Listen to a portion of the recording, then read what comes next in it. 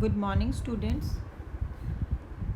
Previously we have done images from concave mirror, and today we are going to start with the topic images formed by convex mirror.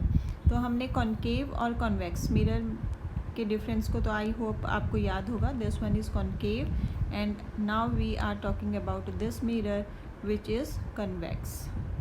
Now in concave mirror after reflection जो light होती है वो focus पे आकर मिलती है and the image form is in front of mirror. But अब हम क्या देख रहे हैं कि अगर हम इसको प्रिंसिपल एक्सिस कहते हैं तो जो लाइट इन्फिनिटी से आ रही है वो मिरर से टकराकर डाइवर्ज हो जाती है, फैल जाती है. ठीक है, इसीलिए इसको डाइवर्जिंग मिरर भी कहते हैं ना. अब हम देखें तो ये आफ्टर रिफ्लेक्शन तो कहीं पे मिलने वाली नहीं है क्योंकि ये फैल रही हैं, डाइवर्ज हो रही हैं. बट इट सीम्स कि बैक ऑफ द मिरर ये कहीं पर मिलेंगी. It appears that these lines or these rays meet at F behind the mirror. और आपको मैंने पहले बताया भी था कि इस केस में जो F है that is behind the mirror, focus पे है. और ऑब्जेक्ट को अगर हम इन्फिनिटी पे कर रखते हैं तो जैसे कि कॉन्केव मिरर में था कि अगर इन्फिनिटी पे ऑब्जेक्ट है तो फोकस पे इमेज बनेगी, वैसे ही यहाँ पर भी अगर ऑब्जेक्ट इन्फिनिटी पे है तो इमेज फोकस पर बन रही है. You can see that. ठीक है, अब यहाँ पर क्या है, object at infinity, image at focus, highly diminished, बहुत छोटी, small size, highly point size जिसको बोलते हैं. बट जो डिफरेंस है कॉन्केव और कॉन्वेक्स मिरर में वो क्या कि यहाँ पर जो इमेज बन रही है वो वर्चुअल इमेज बन रही है. वहाँ पे जो इमेज बनती थी वो रियल बनती थी. ठीक है, कन्वेक्स मिरर में वर्चुअल इमेज फॉर्म होती है. अब आप समझ सकते हैं कि वर्चुअल क्यों बोलते हैं हम इसको. ठीक है, बिहाइंड द मिरर ये बन रही है. And erect, virtual and erect, जो भी वर्चुअल इमेज होगी उसके साथ आप इरेक्ट वर्ड याद कर लीजिए, रियल इमेज के साथ आप इन्वर्टेड वर्ड याद कर लीजिए. तो रियल एंड इन्वर्टेड कॉन्केव के केस में होता है, virtual and erect convex mirror के केस में होता है. तो you can understand the image formation first ray diagram for convex mirror. Now next one is, अगर हम ऑब्जेक्ट को इन्फिनिटी से आगे शिफ्ट करते हैं थोड़ा सा तो हम सिर्फ ये कह सकते हैं कि object in front of mirror, उसकी हम कोई पोजीशन फिक्स नहीं कर सकते क्योंकि इस केस में क्या है, जो फोकस है और सेंटर ऑफ कर्वेचर है वो बिहाइंड द मिरर है, मिरर के पीछे की साइड है. तो क्योंकि यहाँ पर F और C पोजीशंस नहीं हैं तो हम सिंपली क्या कहेंगे कि object is in front of mirror. अगर object in front of mirror है तो क्या होता है, देखिए यहाँ पर एक रे तो हमने ली है जो पैरेलल आती है प्रिंसिपल एक्सिस के, है ना, ये रिफ्लेक्ट होकर डाइवर्ज हो रही है. और दूसरी रे जो कि सेंटर ऑफ कर्वेचर से इमेजिन की जाती है कि ये अगर इसको एक्सटेंड करें तो सेंटर ऑफ कर्वेचर को ये क्रॉस करेगी. और हमें पता है कि जो रे सेंटर ऑफ कर्वेचर को क्रॉस करती है वो उसी पाथ पर वापस जाती है, यानी कि जो रे रिफ्लेक्ट होकर सेम पाथ पर जा रही है, इट मीन्स कि जो ये रे है ये सेंटर ऑफ कर्वेचर को क्रॉस करने वाली है आफ्टर एक्सटेंडिंग इट. तो F और C के थ्रू जो रे क्रॉस हो रही हैं हमने उनको लिया है.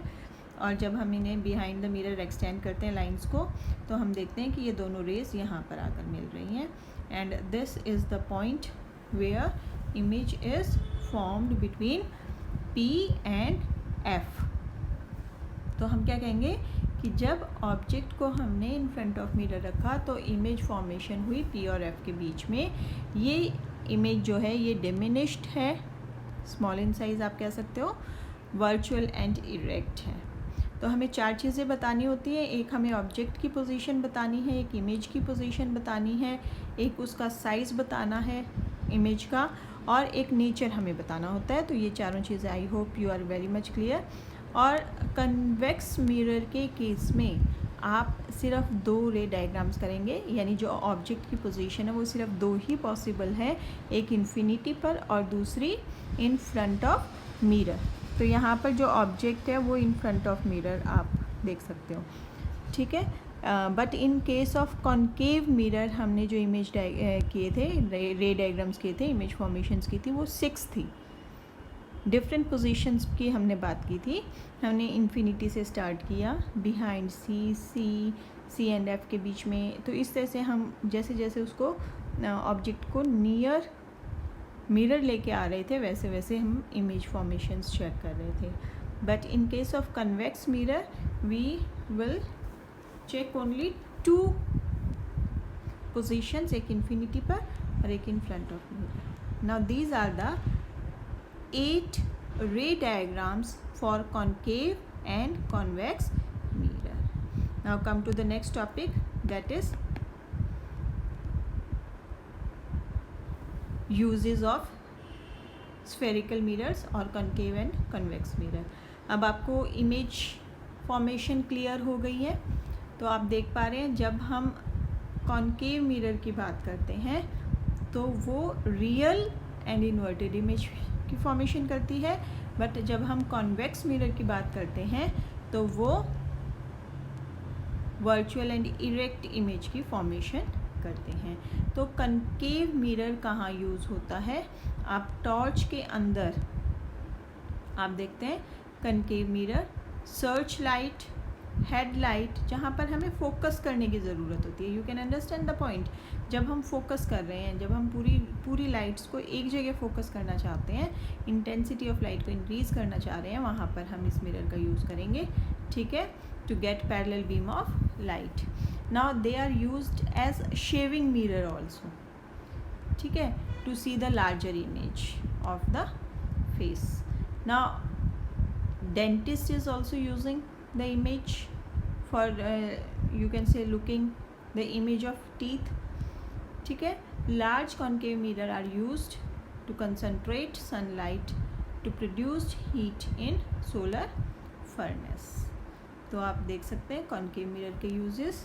और इसी तरह convex mirror, जब हम कन्वेक्स मिरर की बात कर रहे हैं, हम रियर व्यू मिरर, आप देखते हैं गाड़ियों में या आपकी बाइक्स पे जो मिरर लगे होते हैं जिसमें हम रियर व्यू देखते हैं, पीछे का जो सीन है वो देखते हैं।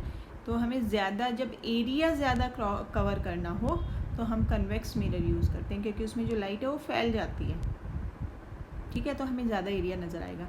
तो कन्वेक्स मिरर को हम रियर व्यू मिरर की फॉर्म में, बस यहाँ पर क्या होता है, एरिया तो ज़्यादा हो जाता है, इमेज जो फॉर्मेशन है वो थोड़ी सी स्मॉल होती है ना, डिमिनिश्ड इमेज, हमें ऑब्जेक्ट्स जो हैं वो थोड़े छोटे दिखाई देते हैं, लेकिन एरिया ज़्यादा कवर हो जाता है, ठीक है। They also have wider field to view than plane mirror. तो I hope you are clear with the usages of convex and concave mirror. अब इन दोनों के बाद आपको इमेज फॉर्मेशन और दोनों मिरर के यूजेस के बाद जो हमें नेक्स्ट पॉइंट करना है, that is about the Cartesian science. Cartesian science क्या है? देखिए, जब भी हम कोई न्यूमेरिकल करते हैं या स्फेरिकल मिरर से रिलेटेड कोई भी कैलकुलेशन करेंगे तो हम प्लस और माइनस का साइन कैसे लगाएंगे उसमें, ठीक है। तो एक चीज़ तो आपको क्लियर होगी कि मैथ्स में आपने पढ़ा है एक्स एंड वाई एक्सिस। तो जब हम एक्स एंड वाई एक्सिस की बात करते हैं तो आप, ये एक्स एक्सिस है, ये वाई एक्सिस है, तो यहाँ पे प्लस पॉजिटिव होता है, यहाँ पर नेगेटिव होता है, ठीक है। यहाँ पर पॉजिटिव है और डाउनवर्ड अगर हम आएंगे तो नेगेटिव है, क्लियर। तो यहाँ पर आप देख लीजिए, ये जो पॉइंट है ये एक्स एक्सिस का, दिस पॉइंट इज़ दिस। तो अगर हम इसको एक्स एक्सिस वाई एक्सिस माने और this one is our X axis, ये एक्स और ये वाई है, तो आप साइन कार्टेशियन को समझ सकते हैं, ठीक है ना। मिरर से जो बैक साइड होगी उसे हम पॉजिटिव कहेंगे, मिरर के फ्रंट में नेगेटिव होगा, ठीक है। अगर ऑब्जेक्ट की बात करें, अपवर्ड डायरेक्शन में ऑब्जेक्ट की हाइट है तो हम इसे प्लस में लेंगे, और अगर हम इमेज की फॉर्मेशन की बात कर रहे हैं, अगर वो डाउनवर्ड डायरेक्शन में है तो उसे नेगेटिव लिया जाएगा। तो यहाँ से आपको क्लियर होना चाहिए कि जब भी हम रियल एंड इन्वर्टेड इमेज की बात करेंगे तो वो नेगेटिव होगी। जब भी हम वर्चुअल एंड इरेक्ट इमेज की बात करेंगे तो वो हाइट के अकॉर्डिंग पॉजिटिव होगी, ठीक है। लेकिन अगर इमेज मिरर के फ्रंट में बन रही है तो हम नेगेटिव लेंगे। अगर उसके बैक में बन रही है, जैसा कि कन्वेक्स मिरर्स में हो रहा है, और एक इमेज कनकेव की भी है जिसमें इमेज फॉर्मेशन जो है बिहाइंड द मिरर होती है, तो उस केस में हम जो distance between image and mirror लेंगे वो पॉजिटिव लेंगे, ठीक है।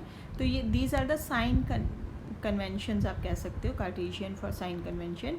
इनका यूज़ हम कहाँ करेंगे, आपको यहाँ ऊपर क्लियर भी किया गया है, तो आप चेक कर सकते हैं। This point is equivalent to 0, ठीक है। अगर हम इसको 0 लें तो x और y एक्सिस मानकर आपको प्लस और माइनस साइन का ध्यान रखना है, ठीक है। It will be easy for you to understand like this. Now come to the next. अब हम ये साइन कन्वेंशन क्यों पढ़ रहे हैं, देखिए अब नेक्स्ट हम कर रहे हैं mirror formula for spherical mirror. Mirror formula क्या है, आप सिंपली याद कर लीजिए। Relation between V, U and F. What is V? Distance of image from the mirror. What is U? Distance of object from the mirror. What is F? Is a focal length. और इन तीनों के relation को show करने के लिए हम mirror formula use करते हैं। वो क्या है, 1/V plus 1/U is equal to 1/F। अब यहाँ पर जो V के आगे प्लस लगाना है कि माइनस लगाना है, वो हम साइन कार्टेशियन जो अभी हमने किया, साइन कन्वेंशन जो किए, वहाँ से हम चेक करते हैं। हमें अगर V की वैल्यू दे रखी हो तो अगर V की वैल्यू के आगे प्लस लगेगा कि माइनस लगेगा, ये चीज़ चेक करने के लिए हम साइन कन्वेंशंस को यूज़ करते हैं। क्लियर। Now magnification. अब स्फेरिकल मिरर है तो इमेजेस को या तो इंक्रीज़ कर रहा है या डिक्रीज़ कर रहा है। जो इमेज है वो डिमिनिश्ड बन रही है, इक्वल बन रही है या लार्ज बन रही है, तो उस चीज़ को एक्सप्लेन करने के लिए मैग्नीफिकेशन वर्ड यूज़ किया जाता है। Magnification is the ratio of height of image and height of object. तो इमेज और ऑब्जेक्ट की हाइट की जो रेशियो है उसे मैग्नीफिकेशन कहते हैं, और उससे हमें क्लियर होता है कि इमेज बड़ी बनेगी कि छोटी बनेगी, ठीक है। तो इमेज रे डायग्राम्स में आपने देखा होगा कुछ इमेजेस तो बिगर देन ऑब्जेक्ट बन रही हैं, कुछ इमेजेस स्मॉलर देन ऑब्जेक्ट बन रही हैं, तो उस केस को हम कहेंगे मैग्नीफिकेशन। क्लियर। तो कितनी मैग्नीफाई कर रही है वो इमेज को, उसको कैलकुलेट करने के लिए हम फार्मूला यूज़ कर रहे हैं, ratio of height of image to the ratio of height of object. m is equal to height of image upon height of object. अगर हमें ऑब्जेक्ट और इमेज की हाइट ना पता हो तो हम V और U की हेल्प से भी मैग्नीफिकेशन का पता लगा सकते हैं। Now this is equal to -V upon U, ये आपको ध्यान रखना है। तो ये हमारे पास मैग्नीफिकेशन के लिए फार्मूले हैं और ये हमारे पास मिरर फार्मूला है। तो आप इन दो फार्मूलाज को याद कर लेंगे, समझ लेंगे, और जो साइन कार्टेशियन है उनका यूज़ हम इन दोनों फार्मूलाज में वैल्यू पुट करते समय रखते हैं। I hope these things are very much clear to you. यहाँ तक हमारा जो रिफ्लेक्शन पार्ट है चैप्टर का, यानी मिरर्स की स्टडी हमारी कंप्लीट होती है। इसके बाद हम रिफ्रैक्शन ऑफ लाइट के बारे में पढ़ेंगे, जिसमें हम लेंसेज की बात करेंगे, ठीक है। तो रिफ्लेक्शन में क्या है, लाइट जो है वो रिफ्लेक्ट होकर सेम प्लेन में जाती है। रिफ्रैक्शन में क्या होगा कि लाइट जो है वो एक मीडियम से दूसरे मीडियम में एंटर करेगी, वो रिफ्लेक्ट नहीं होगी, वो रिफ्रैक्ट होगी, एंटर करेगी एक मीडियम से दूसरे मीडियम में। तो in next class we will start with refraction. Till now we have completed the first part of chapter about reflection of light. आप इसे कंप्लीट कर लीजिए। NCERT की बुक से भी आप इस चीज़ को एक बार ज़रूर रीड कीजिएगा, समझिएगा और इनसे रिलेटेड जो न्यूमेरिकल आपके बुक में दिए हुए हैं आप उनको एक बार ज़रूर ट्राई कीजिएगा।